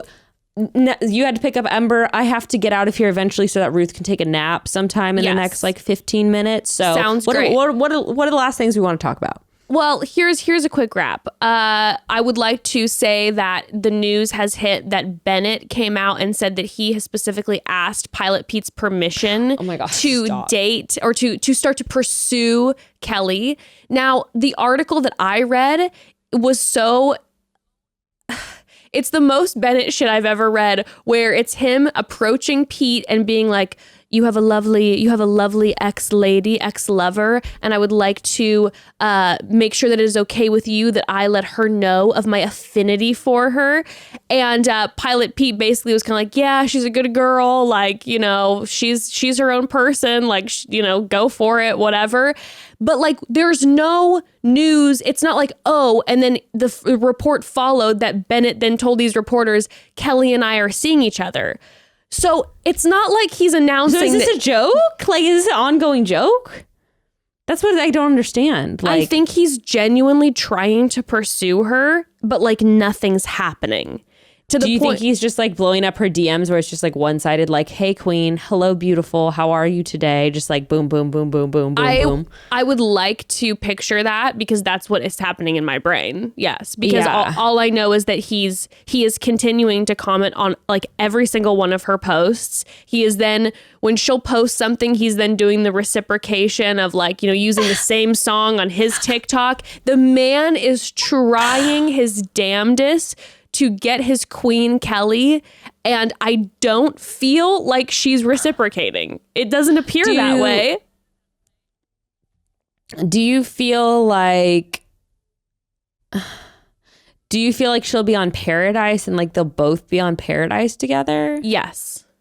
Honestly, like, I would be really uncomfortable if I were her. I would be so uncomfortable. Like, I would be like, oh no, I don't want this to be part of my storyline on Paradise, and they're about to make it a big part of my storyline, and I don't want this. Unless I'm really reading that would this give me wrong. anxiety. Oh, I'd be so anxious. Unless I'm really reading this wrong and she's actually like, she likes him or they're talking. It just doesn't seem like she's engaging. Like when he posts those things, she's not responding to his posts. But yet she follows him. Like, it's very bizarre. Right. So maybe she's just private and it's kind of like, I'm keeping this and we're maybe chatting in the DMs, but I don't want to, you know, post about it or like whatever, or I'm going to save it. Maybe it's a strategy. She's saving it for Paradise so people engage with it a lot. Who knows? Okay.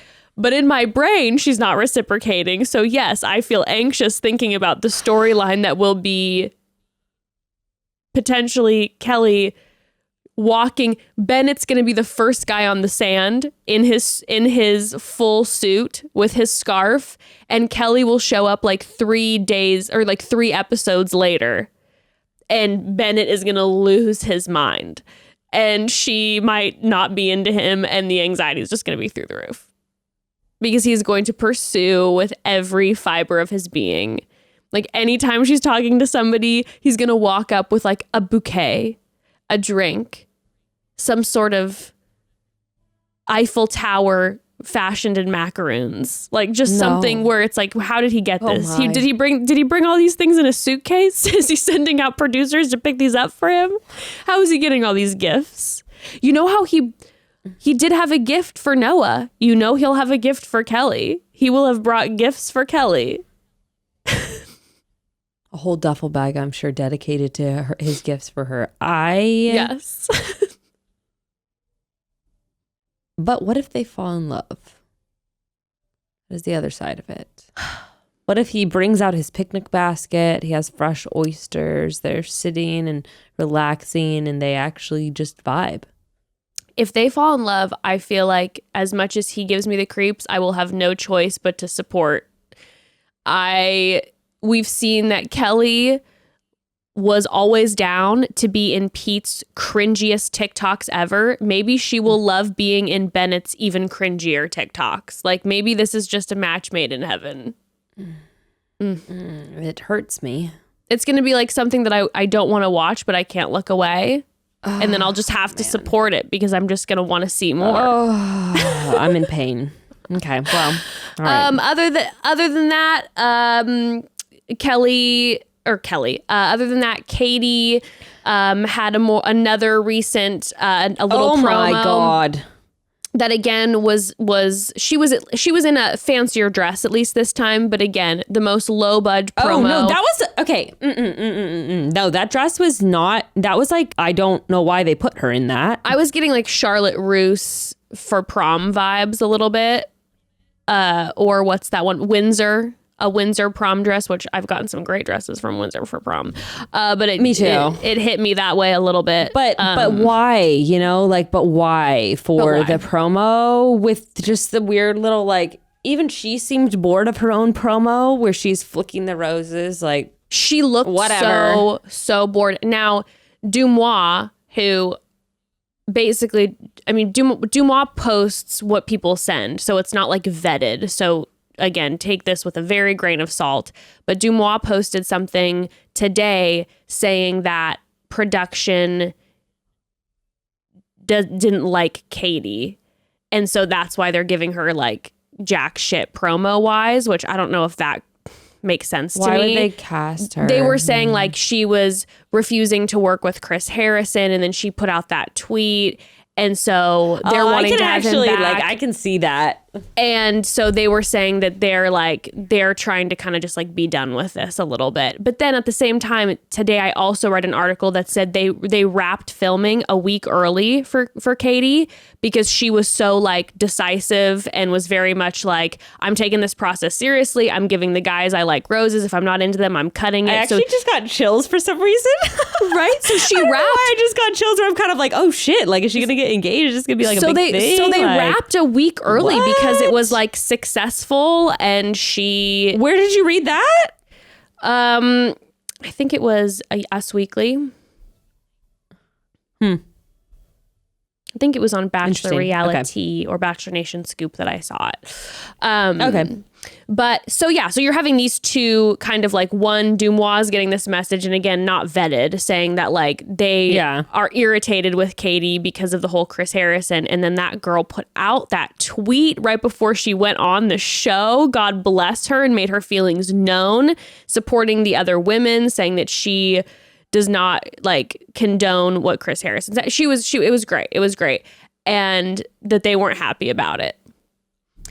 And so then they're that. And I can get that. But again, like I said, then this article, they wrap a week early because she killed it, and she was very decisive.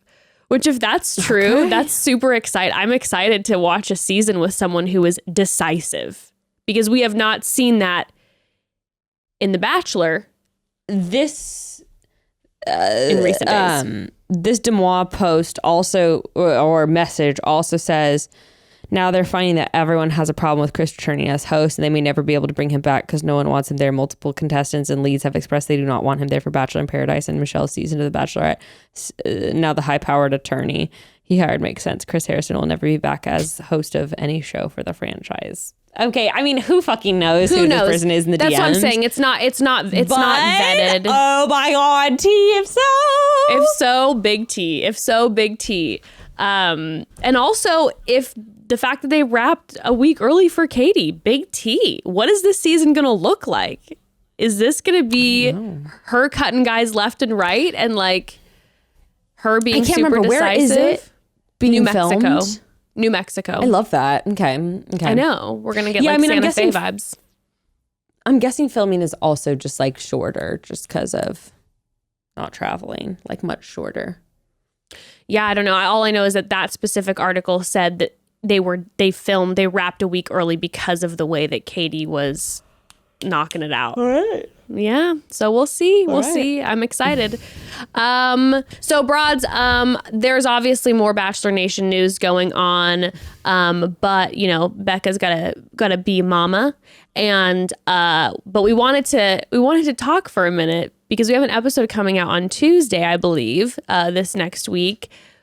And Becca and I wanted to share our experience for a moment because we got the opportunity to yesterday go to the home of LVP, Lisa Vanderpump, and record in Villa Rosa, her home. What a wild deal. Jess, first of all, when we recorded for her podcast, which we did first before recording ours, where we were seated outside, did you not feel like we were like Harry and Meghan being like interviewed by Oprah in that veranda thing? The way the wind was hitting her hanging curtains and her hanging plants, gently kind of whipping around, I was like, this is 1000%. Like, what is going on? Like, yes, I am. Didn't it feel like that? We were in this little outdoor veranda thing. Also, beautiful plants. When you were walking through her home, when we were sitting there, first of all, and then when we were in other spots in the backyard and in her kitchen and then in her living room, I was literally having specific memories of scenes from the Real Housewives. I was like, Ken yelled at Kyle over there. Dorit yelled at LVP over there. Such and such threw a drink over there. I'm standing here. You know, I was obsessed with her and love her now. Can we? She was like I can't say enough good things about LVP. Yeah, I mean, the only thing about her is just like, you know, she's older. And so like there's some things where she says where you're just like, okay, you know, with your mom or your grandma where you're like, all right, this is not. But that's how it is when you're like in your 60s. Yeah, you know, sure. I'm sure when I'm in my 60s, I will not be up to date with everything that's PC. It is what it is. Yes. No, we were talking about non-monogamy with her for a little bit, and she definitely had some traditional views about that. No, I mean, like, but she had some. I mean, honestly, like, I still think that that actually didn't bother me. She basically, you can listen to it specifically on her podcast too. She was just like, it'll change your relationship forever. And I also like, don't think with that, I was like, I don't necessarily like think she's wrong. Like, yeah, no, totally. I think that like, if you're trying to spend the rest of your life with someone and have a non-monogamous relationship, I think for a lot of people it doesn't end up working out. I think, but I don't think that means that it can't. But I do think that like, yeah, sure, a lot of young people are like experimenting with non-monogamy. But if you truly want to have a life partner and have it be non-monogamous, there's a lot of work and communication that has to go into it to make sure the relationship lasts. Of course. So I heard her with that. But anyway, you know what? She was so like shockingly like down to earth. Yeah, that's a little bit what threw me off. Broads, when we showed up, first of all, the house is just, I mean, like unbelievable, like truly unbelievable. And when we showed up, like I thought maybe we were going to be there for like an hour and a half, like film a clip of a thing for hers and then record our podcast with her. We ended up staying there for like 6 hours because in between filming certain things, LVP was like, come into my kitchen. Can I make you guys anything? Like, here, eat more chocolate. Let me make you tea. And like, she was just wanting to like hang and chat. And she was just, she doesn't have an assistant. No. Like, and she has 17 businesses or like 150. But it was what I so appreciated about her is I'm like, you have literally a million things going on. And like after we wrapped, I'm wired in the way that like, I'm like, okay, you guys have already been here for like 5 hours. Nice to see you. I got to go take care of all my 17 other businesses. And she was just like, so let me see photos of your family. What are your parents like? And I'm just like, LVP. She's so nice. Yeah, she was lovely. Well, you know what's funny? I should have brought it up, but I wasn't sure if I was right or not. The show that she's a judge on, the Perfect Pooch or whatever show. Yeah. Funny enough, that is being produced, I believe, by Elon, who is former exec producer of The Bachelor. He no longer is with The Bachelor, but it's kind of interesting melding of the worlds. And him and I believe also Bill, who was like my producer. I can't actually remember if that's true or not. But Elon actually messaged me after I posted about it and was like, "Isn't she like the best?" And I was like, "Yeah." And he was like, "She went out of her way to like make sure she was just one of the judges on the show, and she went out of her way to make sure everyone was super comfortable and like taken care of, which is like really so rare in like this type of industry. And like she's just basically like a really wonderful person." Yeah, I was just a little bit like, you know, it's intimidating walking into Villa Rosa. Like it's intimidating. You're like, oh my God, I don't know what the dynamic's gonna be. And I have worked with / met other housewives, specifically Beverly Hills housewives, and not had such savory experiences. And she was just like the kindest person. Like, dude, Yeah, I've had interactions or encounters with people with like a tenth of her fame who act like they're just, like, don't talk to me, please talk to my assistant. Like, I don't just very like, I'm too good for all of you. Mm-hmm. And, she just doesn't have any of that. And another thing I liked about her is you can tell that, like, although she lives an extravagant life with enormous amounts of wealth, this is just my perception, but it just seems like she truly doesn't care about like the money. Mm-hmm. Like, it seems like she truly just loves developing projects and like making things and making successful things. But you can tell, like, she's the type of person, if everything got stripped from her, like, she would just be like, all right, where do we go next? Like, let's keep moving. Let's keep living life. That woman is a business builder, like, big time. She was talking to us about all her different projects, and I'm like, Lisa, I'll be real, like, if I had that money and I had worked as fucking hard as she has for however many years that she has, I would be like, time to kick back and gel. And if you hear about what that woman did during like the COVID times, like, she started like 17 new businesses. She was doing cameos every 5 seconds for nonprofits. Like, the woman would just like, she was a machine. She's a machine. Yeah. But she also has balance, and like, I really liked some of the stuff that you'll listen to her share on the episode about, like, she still like prioritizes her family, and it seems like her personal well-being, like she said, she's never had any problem saying no. And I just found her very like inspiring. Which is a kind of a weird word to use, but I was not thinking that I was going to leave Villa Rosa and be like, I was very inspired by Lisa Vanderpump, and I felt very welcomed and seen by Lisa Vanderpump, and she was all those things. I was absolutely shocked. Like, I knew I was gonna be like, oh my god, it's LVP.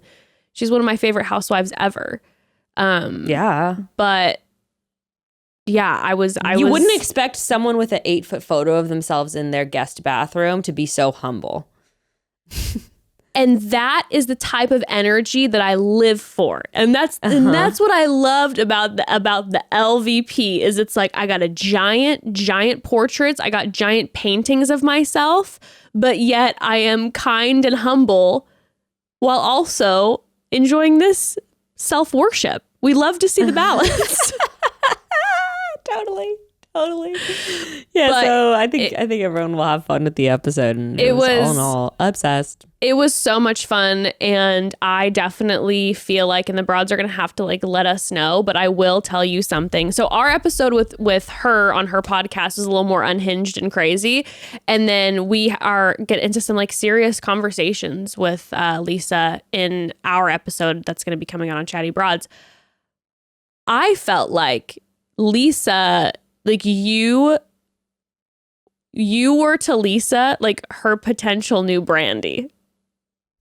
Oh, I don't know what that means. In the sense of like, Brandy came into the Housewives and she was like, she'd say anything and she was the wild one and she was like the hot young one.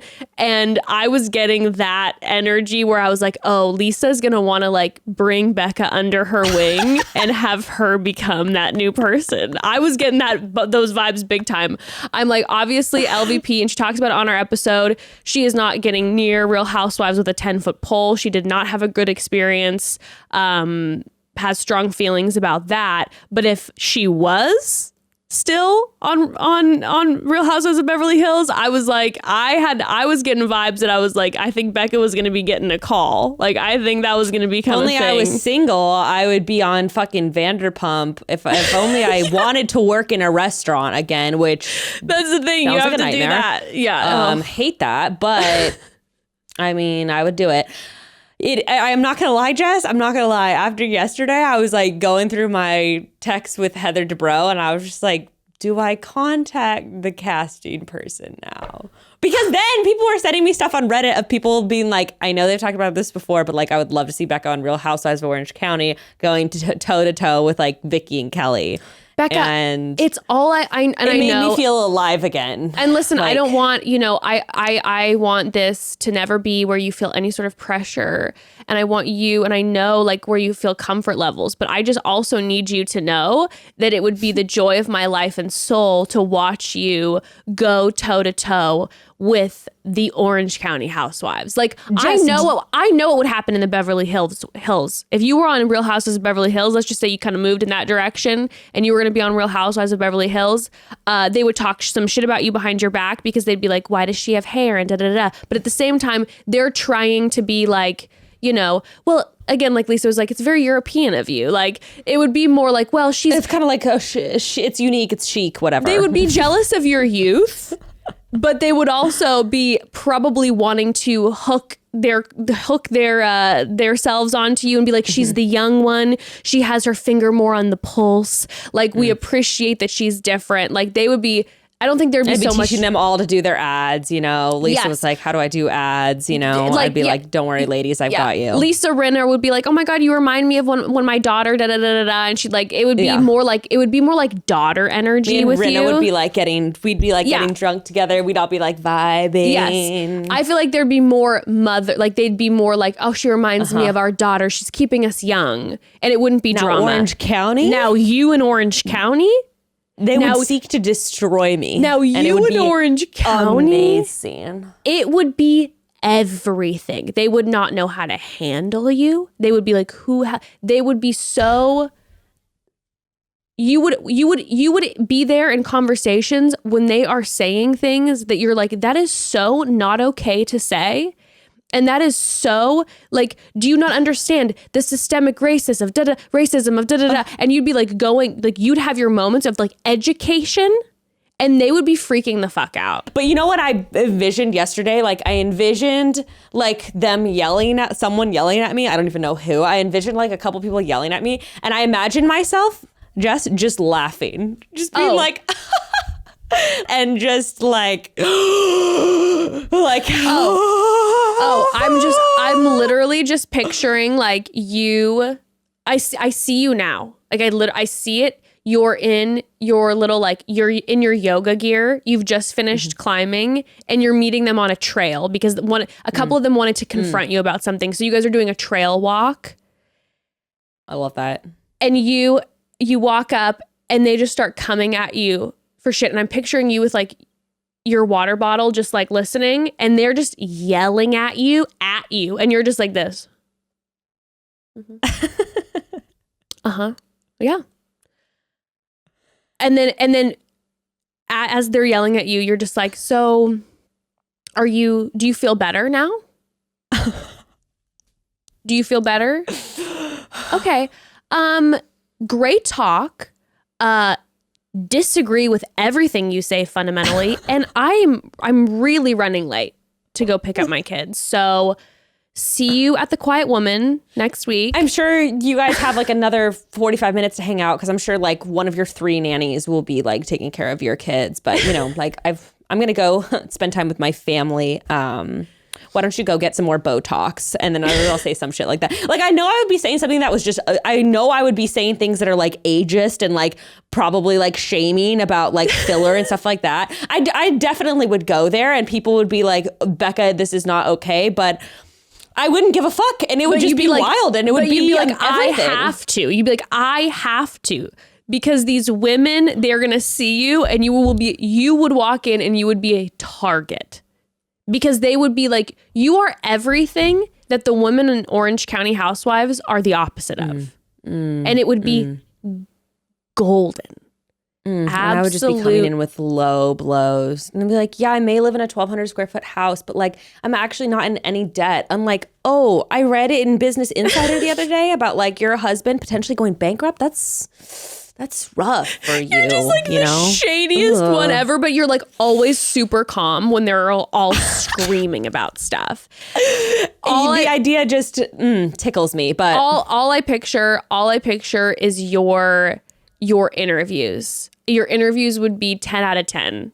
10 out of 10. And then you at the reunion showing up and we're all gagged and you're wearing some like dress with like a crazy train. And by the way, I would demand that you wear the most like fully see-through, like yes, okay, the most sexy see-through, like they're expecting me for the reunion. Yeah. And it would be just so like jaw-dropping sexy and again, leaving nothing to the imagination. And they're all just like, oh my God. In their trailers, like, oh my God, did you see how the way she looks? Like she's going to show up. Like that is so inappropriate. Da, da, da, da, da. And you're just I want them all to think that I'm sleeping with their husband.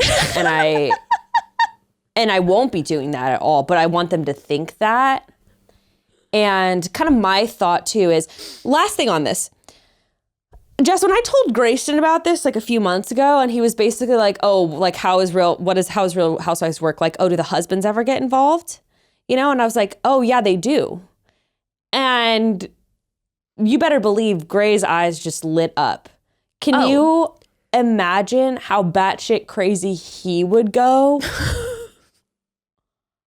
Like, forget me. Like, Grayston would be 100% unhinged. Oh, like unhinged. I see whenever they have like the holiday parties and all the husbands are there, I'm picturing Grayston like going off on one of the guys.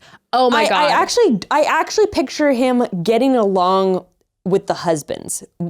I picture him. So then him going kind of insane on the Housewives. Like so he is like the guy that like all the husbands are like, oh dude, and they can actually like dump their real feelings about how they feel in their marriage or about the filming. And they golf together. Gray loves golfing. You know, he'll take them rock climbing. You know, they'll drink beer together, play pool. Gray will be the cool husband that they're all obsessed with. They all kind of are like, oh my God, did you wait? What did Gray say about that? Like, wait, is Gray gonna go? Like, and he'll be that guy.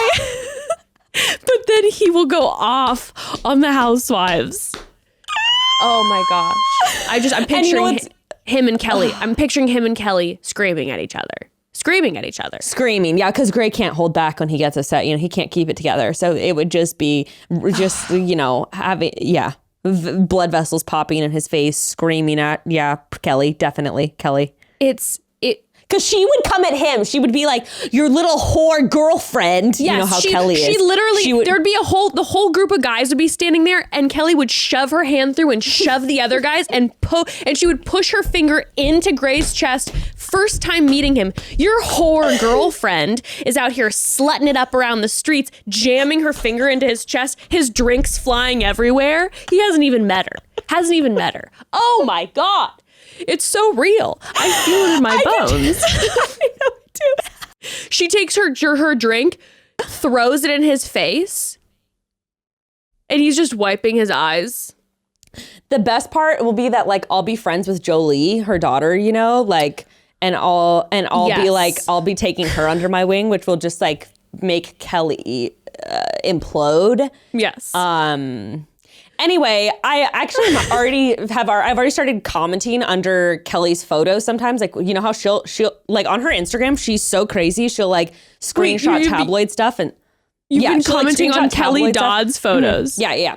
Yeah. But she like okay, so what she does, oh my God, I can't with her.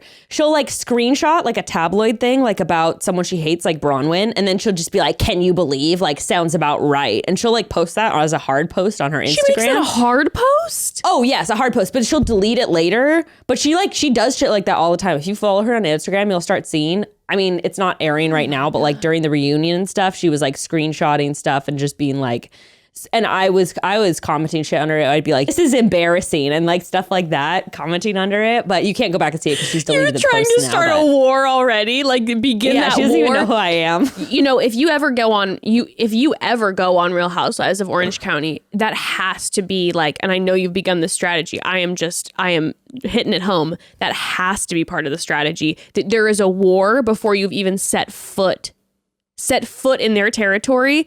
That you and Kelly Dodd already hate each other. There is already a war, even though you've never met.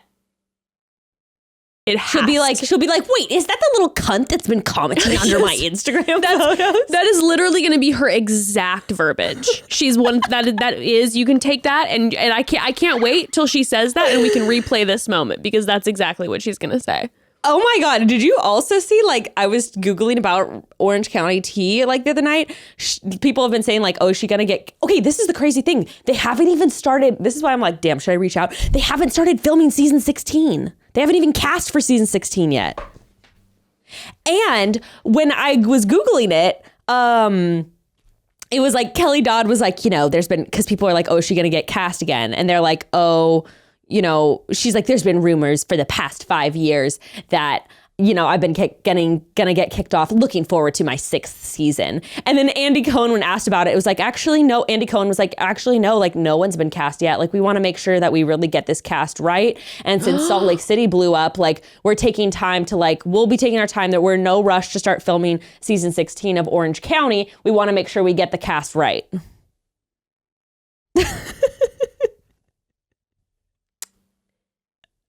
Okay. Take this as a sign from the Lord. Okay. I know. I kind of am. This is God. You walked into the house of LVP yesterday.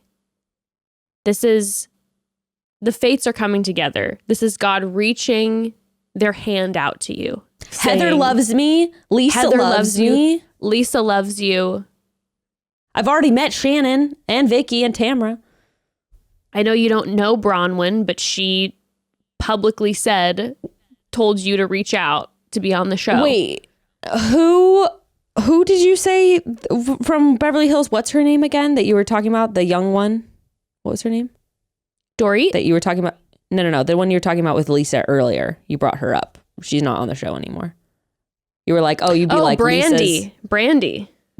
I played poker with Brandy for a live show. I mingled with actually a lot of the Housewives. And we were supposed to go on Brandy's podcast before the COVID times hit. That was in the works. That was in the works. Yeah. So, yeah, Brandy and I hung out in the green room, played some poker together. I mean, Becca, I don't know what to tell you. I don't know how much clearer God can make it for you, but you're just not listening. But I don't live in Orange County and I don't think I'm wealthy enough. I think you're fine. I think you're fine. There's been recent people on the show that I feel like, I don't think that they're in Orange County. I don't think you need to be, well, first of all, living in Orange County is just, everyone has to have money because it's so expensive, but it's not like Beverly Hills where you have to be like a multimillionaire and you have to be like wildly wealthy. Orange County, I feel like they've had people recently on who are super wealthy, and then people who have maybe what the median income would be in Orange County. Okay, interesting. Yeah, and I mean there have been a couple Orange County people who have gone bankrupt, like you were saying. And you'd be coming in with already you'd have the fame, you have the Instagram followers. So True. It's not like you're coming in and you're like, nobody knows who I am. Yeah. I'm gonna get, so this weekend we're gonna see Gray's we're having dinner with Gray's parents and with some of their friends who are big Hollywood people. So I'm gonna have them coach me on crafting the perfect email to the casting director. Because Jim was all about it when I told him about it. He was just like, yes, this is perfect. Here's what you need to say. I just, what I want selfishly is I want to watch my bestie on this show and then have a podcast where we can then talk about it afterwards. Although I don't know if we can, because what Bronwyn was saying is they don't let cast members talk on, I don't know if we can. They not going on other podcasts, but not if you have your own. Ding. Not if you have your own. And that would be, if I were you. Bye-bye to Bachelor recaps and sorry, Bachelor Housewives. But listen. Yeah, people have been saying how can you keep doing Bachelor recaps with all this shit going on, and how they, maybe we're not. Maybe we start to do Real Housewives recaps now. But listen, I say, I know you haven't crafted the text yet, but I say, I'm already moving forward here. When you're signing the contract, part of the stipulation in your contract is someone coming in who already is Instagram famous, that you need to be able to discuss certain things on the podcast. I like that. That's actually quite good. That's quite good. That's a good idea. I like that. And then also it's plus it's cross promotion for their show. Yes. It's come on. People are going to you'll have more viewers tune in if Becca's teasing something about the upcoming episode that she's anxious about, or a fight that happened, something like that. Sure. Or a lawsuit that's going down.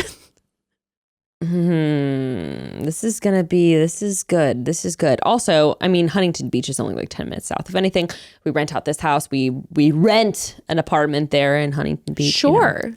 Uproot my family. You know what? Just do what we need to do. I will offer, you know what? I got it. I'll kick my mom out of her own home for like 9 months. Boom. Easy as that.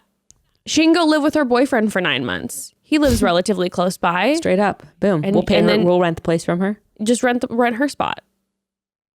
Easy Straight as up that. though. Her spot actually is like the perfect kind of like look and vibe and everything for that. Really is. I like that. Talk to Sylvia about it. Let me know her thoughts, and I'll ask Sylv. We'll see how it is. You know what? You know? Yeah, I'll just say we have like a vacation, a family home. We have like a family home in. Oh, that's a perfect way to put it. You don't have to say it's your family's home. No. It's a family's home. We have a family's home in South Orange County. Love that. Perfect. Yeah. Also, like, yeah, okay, whatever. We could go on and on about this shit. But trust and believe, broads. Prepare yourselves for the fact that we will be continuing to, because this is my life goal and pursuit, to get Becca on this show. Okay. And we have we have to find someone for the broads to bombard, by the way, about the broads already bombarded Bronwyn, and the broads delivered hardcore. And Bronwyn casting, then, yeah, it's true. We have to find the right person, the right casting director to send it to. Yeah, now let me see if I can find her Instagram. Let's see. Casting director's Instagram? Yes. Didn't Bronwyn send you someone who does casting? Yeah, and I did DM him, but he didn't get back to me. So well, maybe Heather that's who Heather sent you someone then. Okay. Yeah, Heather sent me someone because I reached out to that guy via DM, didn't hear back from him, and then Bronwyn was tagging him, and that's extremely rude. Such. Yeah. Well, it doesn't look like this lady uses Instagram because the last time she posted was in 2019, but Dawn. So, anyway. All right. Well, broads, hope you enjoyed this episode. It was a little chaotic, but we love to live in the chaos. We're here, like we said, we are the black hole of Bachelor Nation podcasts, and it is what it is. And we hope that you enjoyed this episode. If you haven't checked out Tuesday's episode with Jade and Jenna, please do. And thank you so much, broads, for all the positive, kind words and feedback. Also, thank you so much for loving up on Jade and Jenna. Have messaged them, and they're feeling like very, very supported. And it just makes me feel so grateful to have a broad squad and a group of listeners who extend themselves so graciously to women like Jade and Jenna, who are so vulnerable and willing to come on the podcast. So thank you so much for that. And yeah, we'll chat soon. Chat soon, broads.